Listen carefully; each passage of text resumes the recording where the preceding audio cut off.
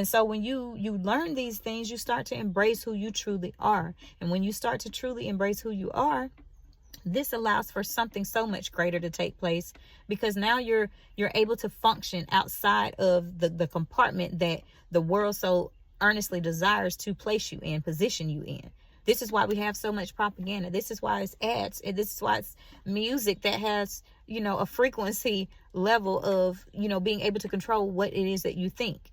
And so this is why you, from an early age, you're kind of spoon fed and force fed certain things to make you more likely to be controllable.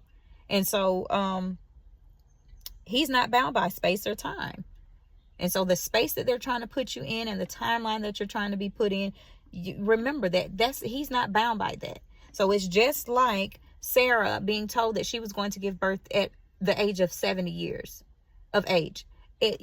Everybody looked at her like it was crazy, but now when you look at it, it's not crazy, because biblically speaking, we used to look at it like, okay, well, people aren't really popping out babies at 70. It's not uncommon these days. You have people that are in their 50s, you have people that are in their 40s, and they talk about how the time clock and the biological clock is ticking. Yes, it's ticking at his time frame, and he's not bound by your space or time. That's not how it works. And so don't get caught up on the timelines and, just being compartmentalized. Think outside of the box. Be uniquely you. And your purpose journey is going to be able to be walked. Because when he says something is going to happen, it's going to come to pass, because that brings us to our next point. He doesn't lie.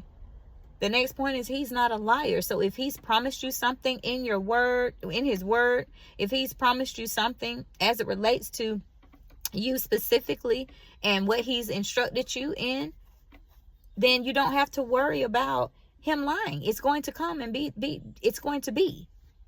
And so God, stop getting caught up on it. And it kind of goes hand in hand with the space and time, because you think that it's just like Sarah. She thought that it was it was comical. Because she's like, I'm 70. Like, you really think I'm about to have a newborn baby? Honey, I done already gave my husband to somebody else. She's already birthed him a kid. And I got mad at her because she birthed the kid, and now I'm thinking about an inheritance of if I do get the kid, which did come around.